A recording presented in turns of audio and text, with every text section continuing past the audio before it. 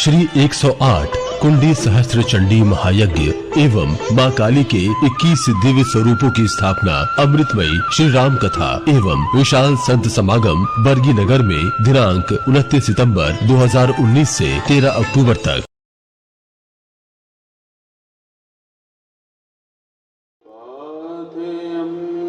जन्म मोक्ष स्वपद परिपद प्राप्तये प्रस्थितस्य विश्रामस्थानमेकं कविवर वचसाम् जीवनं सज्जनानां बीजं धर्मद्रुमस्य प्रभवतु भवतां भूतये राम नामः।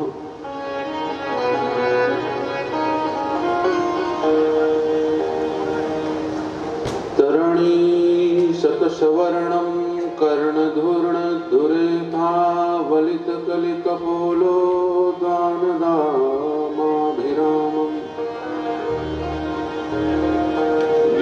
गिरिसुताभ्यां लालितं नित्यमङ्के स्वजनभरणशीलं शीलये विघ्नराज प्रहलादनारद पराशर पुंडरीक। मंचस्थ विराजमान समस्त वैष्णव महापुरुषों को मंगल में प्रणिपात निवेदित करते हुए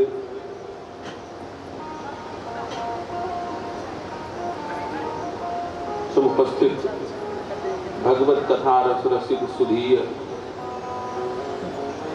भगवत भक्तजन,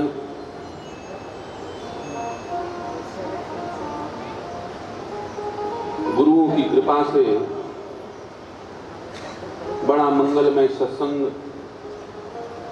हम आप सभी श्रद्धालुओं को इस कथा पंडाल में तथा आस्था भजन के माध्यम से करोड़ों करोड़ सनातन धर्मी सत्संग प्रेमी भक्तजनों को अपने आवास में यह दिव्य सत्संग प्राप्त हो रहा है।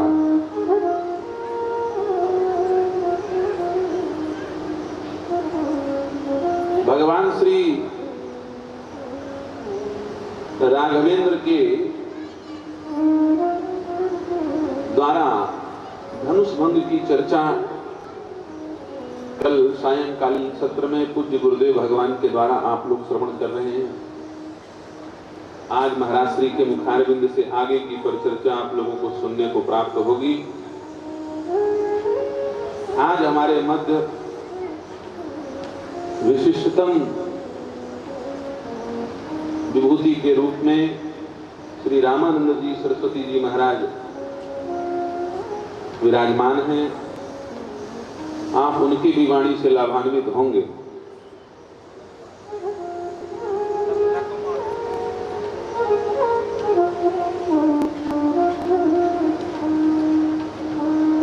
दशरथ जी के जीवन से हम लोगों को कुछ प्राप्त होता है अनुसरण और अनुकरण करने के लिए। आप लोगों ने श्रवण किया कि विश्वामित्र जी दशरथ जी से राम और लक्ष्मण को मांग करके असुरों का दलन कराने और यज्ञ को पूर्ण कराने अपने साथ बक्सर लिए गए। हम उस प्रसंग की चर्चा नहीं कर रहे हैं, इस प्रसंग के माध्यम से कोई महत्वपूर्ण बात आपको बता रहे हैं।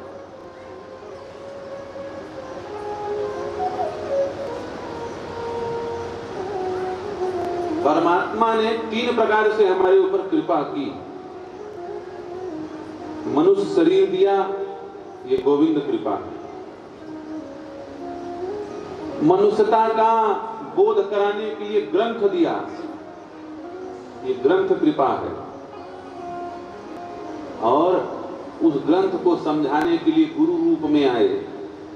ये गुरु कृपा है। गुरु ग्रंथ गोविंद। हमारे सिख धर्म के अनुयायी गुरु और ग्रंथ को ही भगवान मानते हैं, लेकिन हम कहते हैं कि गोविंद के ही ये दो स्वरूप हैं, गुरु और ग्रंथ। कोई बात नहीं, एक को पकड़ लो, परमात्मा को ही पकड़ा है। किसी व्यक्ति ने हाथी के पूंछ को पकड़ा, किसी ने कान को पकड़ा, किसी ने पैर को पकड़ा, तो जो छोटी बुद्धि वाले होंगे वो कहेंगे हमने पूंछ को पकड़ा, हमने कान को पकड़ा, हमने पैर को पकड़ा, हमने पेट को पकड़ा। लेकिन जो विशाल हृदय वाला होगा, विशाल दृष्टि वाला होगा, वो कहेगा कि आपने हाथी को पकड़ा। पकड़ा तो हाथी को ही। तो चाहे गुरु को पकड़ो, चाहे ग्रंथ को पकड़ो, चाहे गोविंद को पकड़ो, पकड़ाएगा परमात्मा ही, प्राप्त परमात्मा ही होगा। गुरु कृपा, गोविंद कृपा, ग्रंथ कृपा। लेकिन ये कृपा फलती कब है? कृपा तो सबके ऊपर है।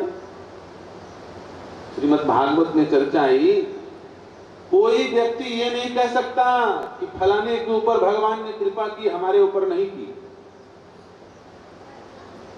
अच्छा सच बताओ भाई, कोई ये कह सकता है बरगी में कि हमारे घर में बारिश हुई और फलाने के घर में नहीं हुई? या फिर पड़ोसी के घर में भगवान ने बारिश दिया और हमारे घर में नहीं दिया, ऐसा बोल सकता? ऐसा कभी होता है क्या? आपके घर में बारिश हो और पड़ोसी के घर सूखा पड़ा रहे, उसके घर में भी बारिश होगी। जैसे बादल समान रूप से समवृष्टि करते हैं, वैसे ही परमात्मा सम्यक प्रकारेण कृपा करते हैं। भगवान ने स्वयं कहा है, सब मम प्रिय सब मम उपजाए, सब मम प्रिय सब मम उपजाए, सब तेरे अधिक मनुज मोहि भाए, सबसे अधिक मनुज मोहि भाए। देखो भाई, एक बात हम आप लोगों से कह देना चाहते हैं, वेद पढ़ने का अधिकार सबको नहीं है। वेद के अनुसार मनमुखी लोग तो सबको वेद पढ़ा रहे हैं, लेकिन हम वेद को मानेंगे लेकिन वेद की नहीं मानेंगे, तब मामला गड़बड़ हो जाएगा। सबको वेद पढ़ने का अधिकार नहीं है और सबको वेद सुनने का भी अधिकार नहीं है, तो स्वयं वेद में लिखा है। लेकिन कोई वेद के ज्ञान से वंचित न रह जाए, पुराण के ज्ञान से वंचित न रह जाए, शास्त्रों के ज्ञान से वंचित न रह जाए, इसलिए बाबा गोस्वामी तुलसीदास जी महाराज ने रामचरितमानस की रचना की है। इसको कहने और सुनने का हर व्यक्ति अधिकारी है। जितने लोग हैं वो सब रामचरितमानस पढ़ सकते हैं और सुन सकते हैं और गा सकते हैं। इसलिए इतना प्रयास, कठिन प्रयास गोस्वामी तुलसीदास जी महाराज ने सबको समान अधिकार दिलाने के लिए किया है। तो आप लोग उस अधिकार से वंचित मत रहा कीजिए। जब कोई महात्मा यहाँ से रामचरितमानस की चौपाई गाए तो सब मम उपजाए, आइए, सब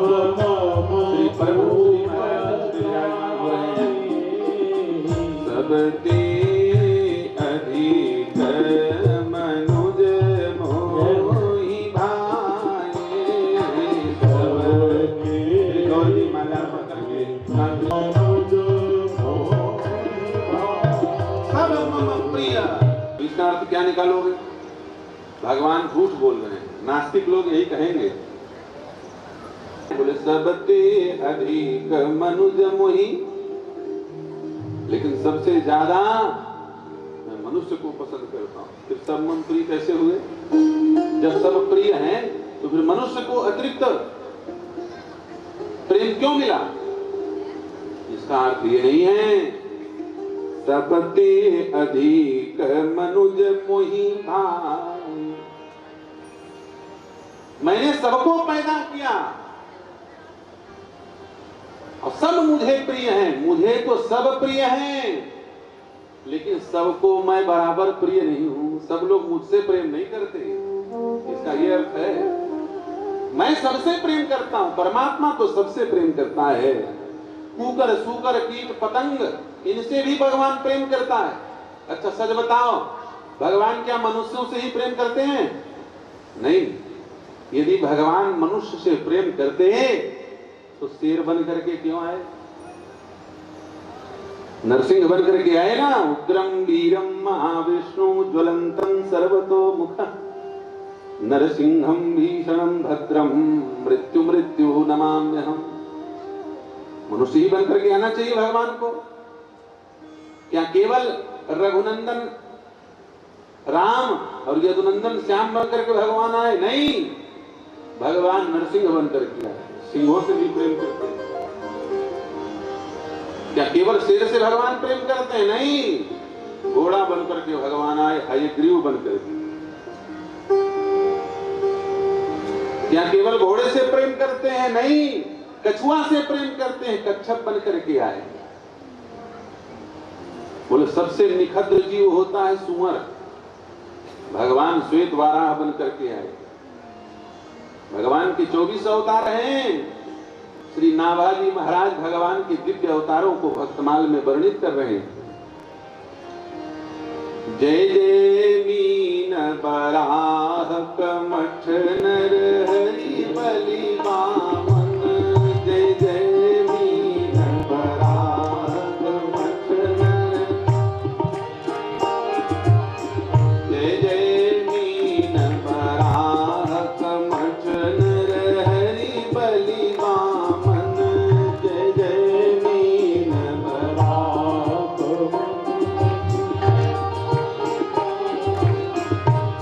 भगवान के 24 अवतार नाभाजी ने भक्तमाल में लिखे हैं। परशुराम है धीर कमठ नर हरि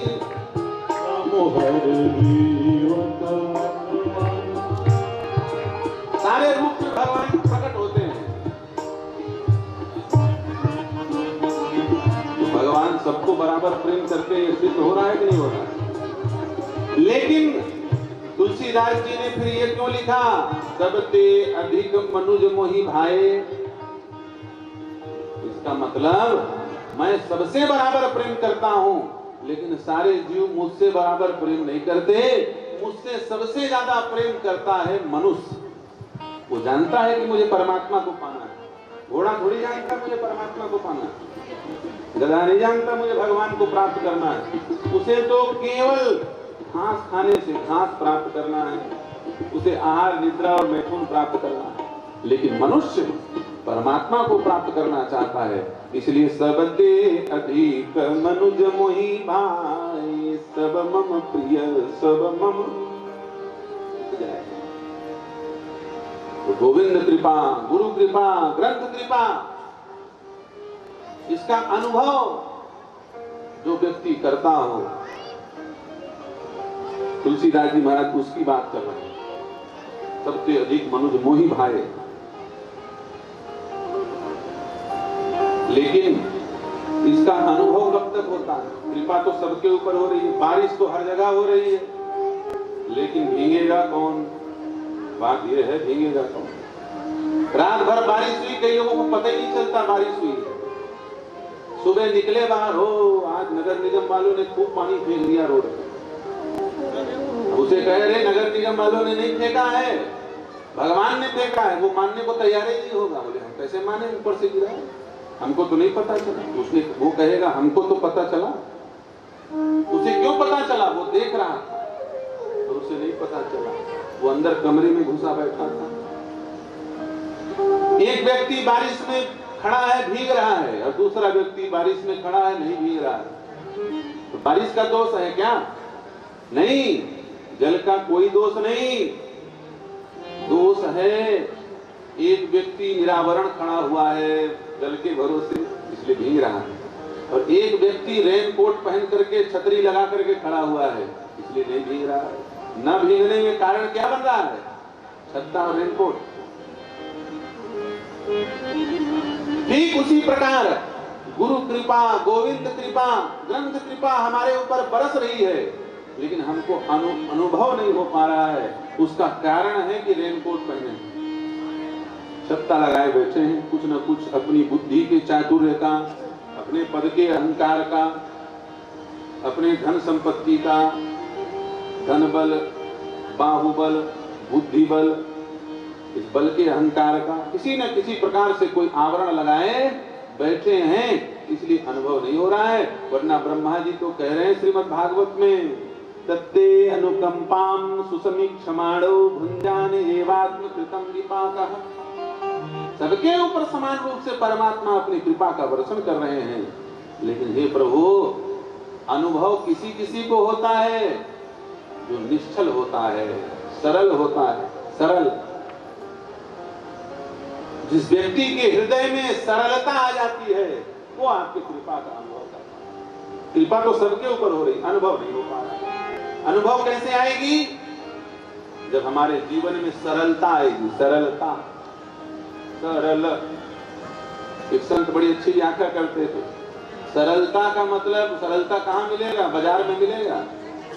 दंडी स्वामी श्री सदानंद जी महाराज कह रहे थे, रुपया से सब कुछ मिलेगा, लेकिन आपको 10,000 रुपया दिया जाए और जाए दुकान में कोई व्यक्ति कहे कि भैया 10,000 का सुख दे दो, तो सुख थोड़ी दे पाएगा।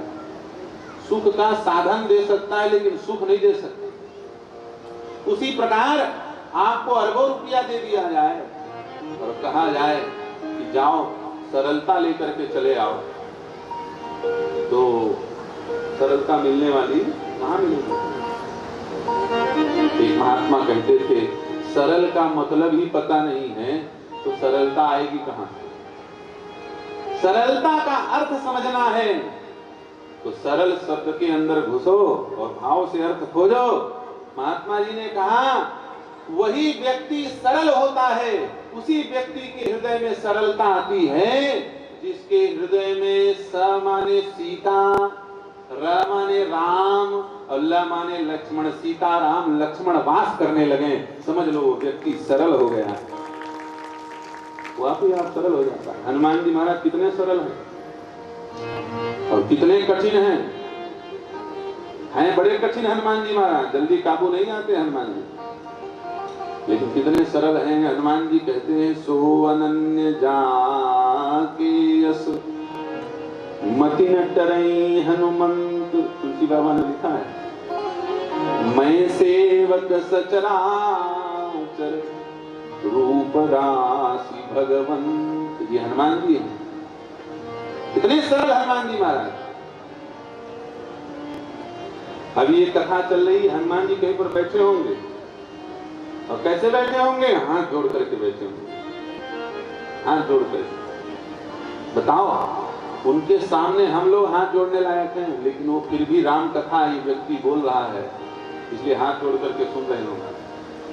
यत्र यत्र रघुनाथ कीर्तनम तत्र तत्र कृतमस्तकांजलिं वास्तवारि परिपूर्ण लोचनम। हनुमान जी के नेत्र से अश्रु की धारा निकलने लगती है जब कोई व्यक्ति कीर्तन कराता है राम नाम। ये है हनुमान जी की स्थिति। हम लोग कोई हनुमान जी को अपनी वाणी से कोई वैदुष्यतापूर्ण कोई बात बताने की योग्य है क्या? थोड़ा बहुत सुन करके कुछ ज्ञान आ गया है, हल्का फुल्का बोलने की कला सीख रहे हैं, ज्ञान क्या आया है? बोलने की कला है, बोल रहे हैं। तो हनुमान जी कौन है? तो जितने विद्वान आ रहे हैं, संत विद्वान आ रहे हैं, उन सब के लीडर हैं हनुमान जी महाराज, अग्रगण्य। ज्ञानी नाम अग्रगण्यम सकल गुण निधानम। सारे गुण उनके अंदर हैं। ज्ञानी नाम अग्रगण्यम, उनके इतना विद्वान कोई नहीं मिलेगा, ढूंढे। उनके इतना बलवान कोई नहीं मिलेगा। हनुमान जी महाराज के बल की कोई सीमा है? रामचरितमानस के जो सम्मेलन होते हैं उसमें वक्ता लोग हनुमान जी के बल का बखान करते हैं, तो गांव के लोग सुन के ताली बजाते हैं खूब, लेकिन वो केवल मनोरंजन के लिए है। यदि हनुमान जी के बल का बखान कोई व्यक्ति कर डाले तो फिर राम रक्षा स्त्रोत का ये श्लोक अशुद्ध हो जाएगा और विद्वानों का मत असत्य घोषित हो जाएगा। अतुलित बल धामम, कैसे अतुलित बल धामम होंगे? यदि बल तौल लिया आपने तो फिर वो अतुलित कैसे हुए? वह असीम फिर असीम कहां रह जाएगा जब उसकी सीमा आपने बता दी। तो उनके इतना बलवान भी कोई नहीं, उनके इतना धनवान भी कोई नहीं। तो आप बोलोगे महाराज हनुमान जी धनवान है? हमने तो हनुमान जी के पास रुपया पैसा छोड़ो, लंगोटी देखा, जेब भी नहीं है, कहाँ रुपया पैसा रखेंगे? लंगोटी पहने रहते हैं हनुमान जी महाराज। हाँ, श्यामल मंत्र का जाप करने वाले हनुमान जी के लिए पाठ करते हैं, वज्र की लंगोटी लोहे की गदा। हनुमान जी महाराज के पास एक लंगोटी है, लोहे की गदा है।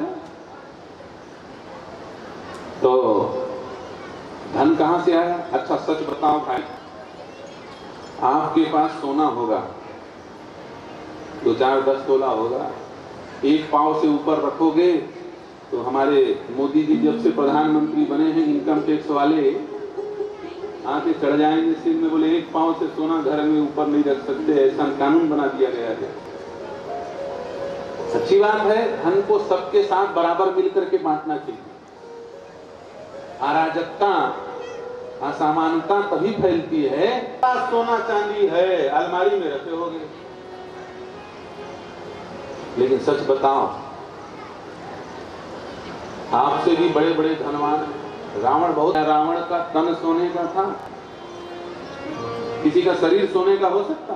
हम हनुमान जी का तो शरीर ही सोने का है, इनसे बड़ा धनवान कहां से पाओगे? विद्वान न इनके इतना धनवान न इनके इतना बलवान। और पता क्यों आई? क्योंकि उनके हृदय में सरस और 24 घंटे अहिर्निश भगवत कृपा का।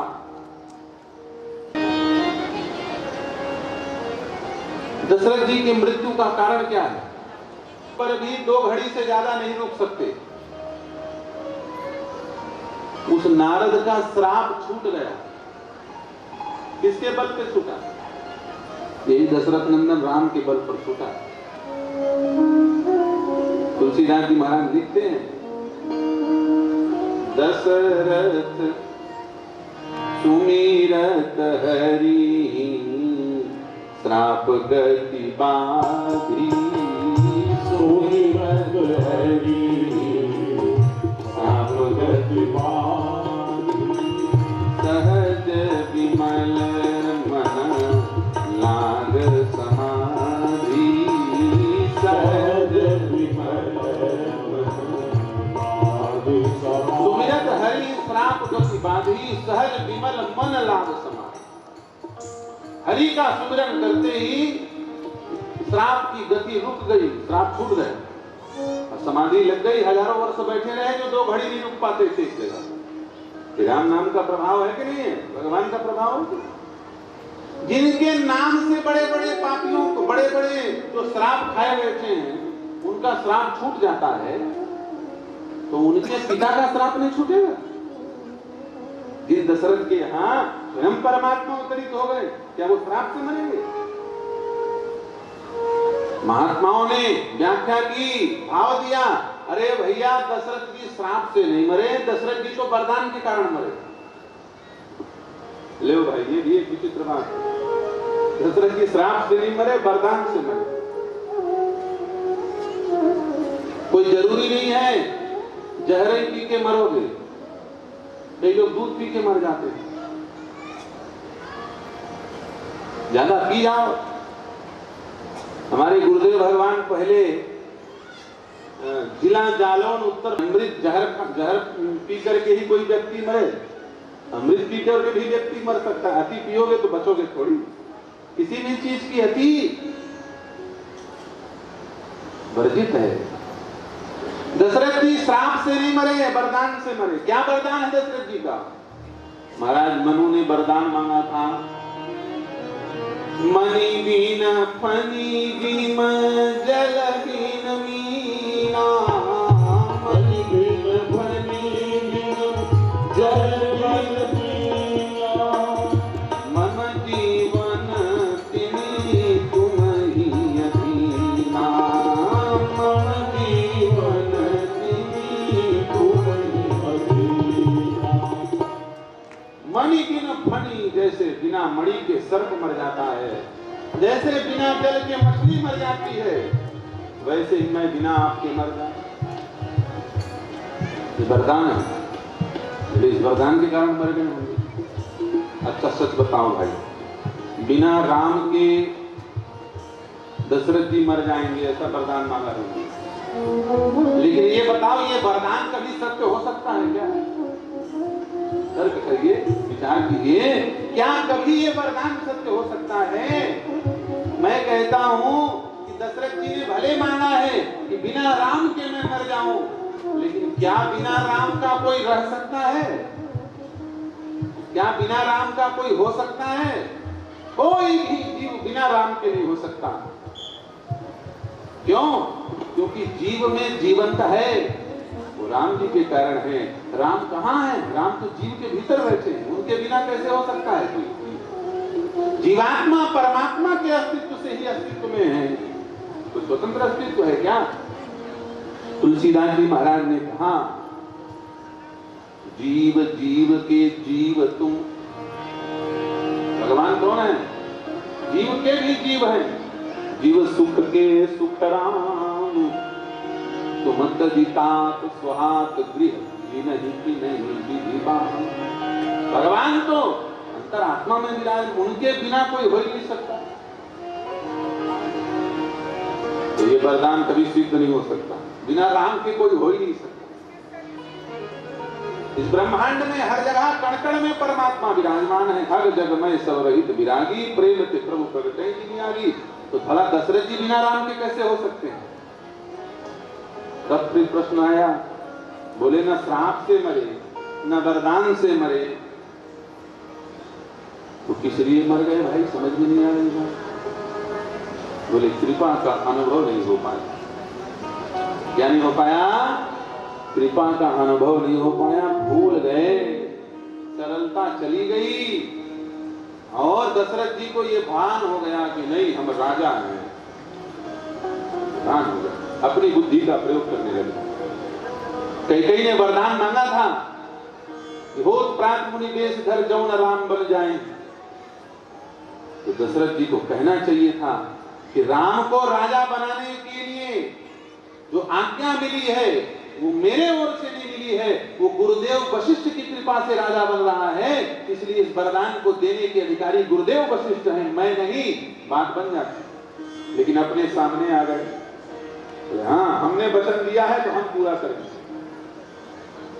अच्छा सच बताओ, राजा बनाने का आदेश किसका था? गुरुदेव वशिष्ठ का। तो वन भेजने का भी अधिकार किनको था? उनसे परामर्श लेना चाहिए।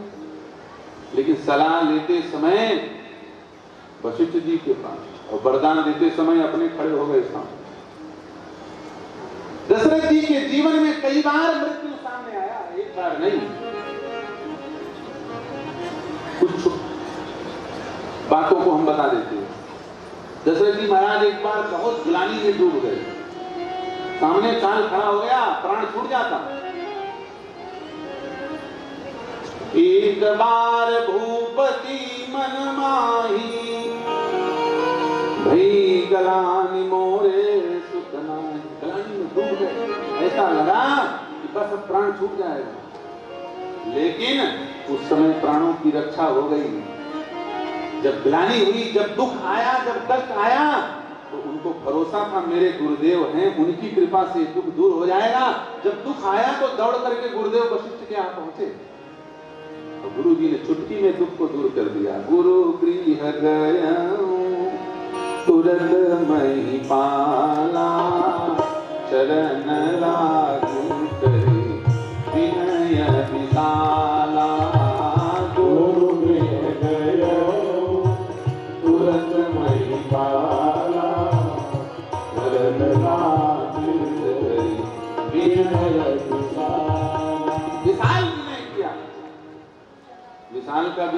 किया, विशाल जी ने नहीं किया। विशाल को पाने के लिए, विशाल माने कौन? बद्री विशाल भगवान विष्णु। बोले महाराज हम विशाल को पाने के लिए निवेदन कर रहे हैं। विशाल परमात्मा से विशाल कौन होगा? अंजनी कुमार यदि आते ना धरातल पे तो शेष और विशाल प्रभु को पीठ पर बिठाता हूं। लक्ष्मण जी शेष हैं और राम जी विशाल है। दोनों भुजाओं को ऊपर उठा दिया। इसका मतलब जिसकी भुजा विशाल है वो हमको चाहिए, इशारा से भी मांग रहे हैं। राम जी की भुजा कैसी है? फरक उठे दो भुजा विशाल, सुन सेवक बुद्धि हृदय। अजान भुजा है जो, वो हमको चाहिए। तो गुरु जी ने चुटकी में समस्या, धरहु धीर हुई है सुतचारी, त्रिभुवन विदित भगत भयहारी। बताओ प्राण बच गया है? बच गया। भगवान आ गए, पढ़ लिख के बड़े हो गए, फिर विश्वामित्र पहुंच गए, फिर काल सामने खड़ा हो गया करके। कोई जरूरी नहीं है कि व्यक्ति एक ही बार में मरे।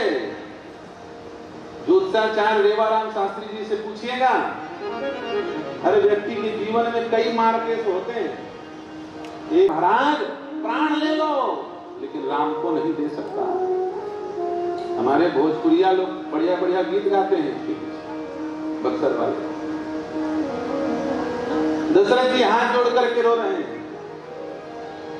हाथ जोड़ पाए परी,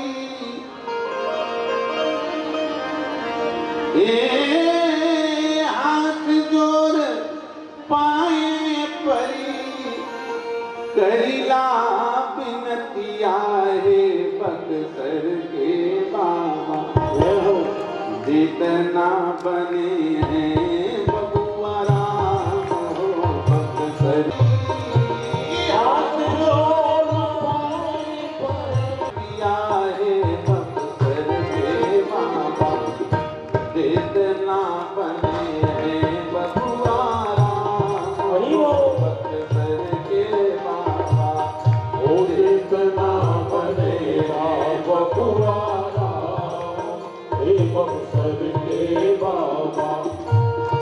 सारे अयोध्यावासी दशरथ जी के साथ प्रार्थना कर रहे हैं, महाराज यदि राम को ले जाओगे तो दशरथ तो मरेंगे मरेंगे, लेकिन हम लोग भी नहीं बच पाएंगे। पूरे अयोध्यावासी रो रहे हैं।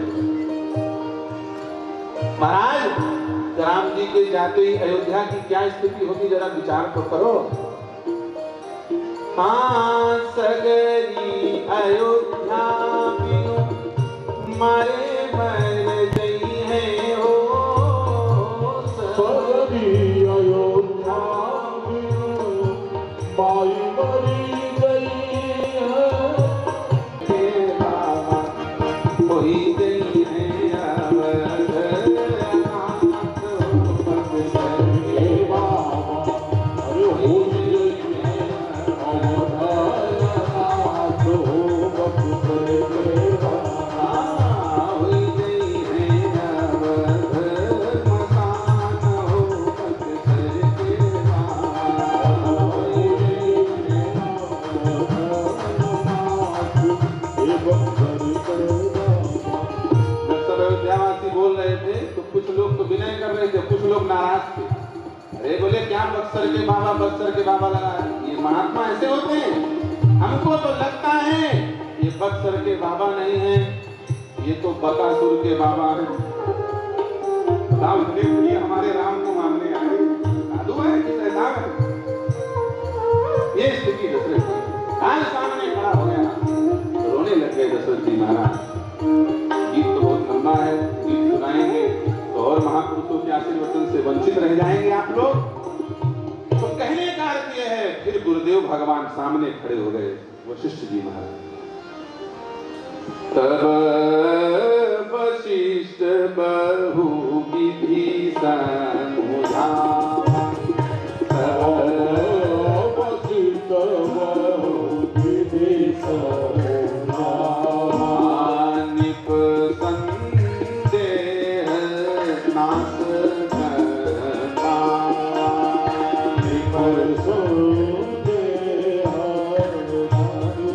संदेह नष्ट हो गया। प्रसन्न होकर के राम लक्ष्मण को विश्वामित्र को प्रदान कर दिया, मृत्यु चली गई। ये है सो गोसाई विधि गति गई छे। दो बार काल को गुरुदेव सामने खड़े होकर के रोक दिए, चेले का बाल बांका नहीं हुआ। हाँ, जब गुरु मेहरबान तो चेला पहलवान कहते हैं, जब गुरुदेव समर्थ गुरुदेव रक्षा कर रहे हो तो चेले का काल भी कोई बाल बांका नहीं कर सकता। लेकिन जब कैकेयी ने अपने 2 वरदान मांगे, तब दशरथ जी महाराज ने ना गुरु को स्मरण किया, ना गुरु के बात का स्मरण किया, ना गुरु जी को बताना उचित समझा, खुद निर्णय ले लिया उन्होंने। तो गुरु जी ने कहा, जब चेला इतना होशियार हो गया है कि गुरु की जरूरत ही नहीं है, तो हम क्यों जबरदस्ती अपने से होके जाएं? शास्त्र सिद्धांत है, ना पृष्ठः कश्चित् ब्रूयात्, न चान्यायेन पृच्छति, ज्ञानानपि मेधावी जड़वल्लोकमाचरेत्। जब कोई मदद ना मांगे तो मदद नहीं करना चाहिए। जब कोई पूछे ना तो बताना, बिना पूछे अपने मन से घटाकाश मटाकाश बताना शुरू कर दे तो मामला गड़बड़ है। वो साधु नहीं होता, वो कालनेमी होता है। हनुमान जी ने पूछा था क्या कालनेमी से कि कथा सुनाओ?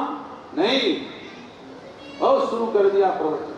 हनुमान जी ने पकड़ लिया, एक तो बिना बताए कथा सुना रहा है और दूसरा उल्टी कथा सुना रहा है। कथा सीधी सुनाई जाती है कि उल्टी? उल्टी कथा सुना। अच्छा सच बताओ, हम लोग रामचरितमानस सुन रहे हैं किधर से? बालकांड से। अब कालनेमी कथा सुना रहा है किधर से? लंका कांड से। होत महारण रावण रामय, होत महारण रावण रामय, कहीं रामन संशयामय, कहीं रामन संशयामय। बताओ भाई किधर की कथा है? उल्टी है सीधी? हनुमान जी पकड़ लिए, समझ में आ गई बात, बोले दूसरी गलती, और तीसरा बोले खड़िया पलटन है बिल्कुल 1 नंबर। साधु सब कुछ देता है, अपना दंड कमंडल नहीं देता, अपने शिष्य को देता है। प्यास लगी है, जल मांगा हनुमान जी ने तो उठा के कमंडल दे दिया। मांगा जल ते ही दीन कमंडल, मांगा जल ते ही दीन कमंडल, कह कपि नहीं अभाव थोरे जल, कह कपि नहीं अभाव जल थोरे। हनुमान जी ने कहा अब तो बिल्कुल पक्का हो गया कि ये असली नहीं नकली है। हनुमान जी ने कहा महाराज आप कथा हमको बाद में सुनाना, हम दक्षिणा पहले दे देते हैं। लपेटा पूछ में 302 सीधा टांग दिया, लटका दिया, बोले दक्षिणा ले लो, कथा सुनते रहेंगे, फिर भविष्य में कभी आओगे। तो गुरुदेव ने कहा जब जब दशरथ मेरे पास आया उसे अनुभव रहा, उसे भान रहा कि मेरे गुरुदेव हैं, तब तक मैंने उसके प्राण की रक्षा की। लेकिन आज दशरथ अपने बुद्धि से निर्णय ले रहे हैं, इसलिए मैं अब दशरथ के पास नहीं जाऊंगा। जब तक दशरथ जी ने शरीर त्याग नहीं दिया तब तक गुरुदेव दशरथ जी के पास नहीं गए। सच बताओ भाई, कौशल्या समझा रही हैं, सुमित्रा समझा रही हैं, लेकिन कहीं पर लिखा है कि वशिष्ठ जी महाराज दशरथ जी को समझाने आए? नहीं आए।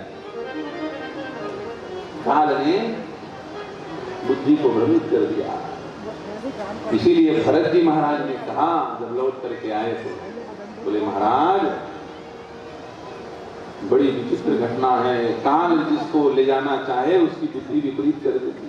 पहले पिताजी की बुद्धि गुरु जी के अनुकूल रहती थी, लेकिन जिस समय काल को ले जाना था गुरु के प्रतिकूल बुद्धि हो गई। गुरु जी से पूछना उचित नहीं समझा।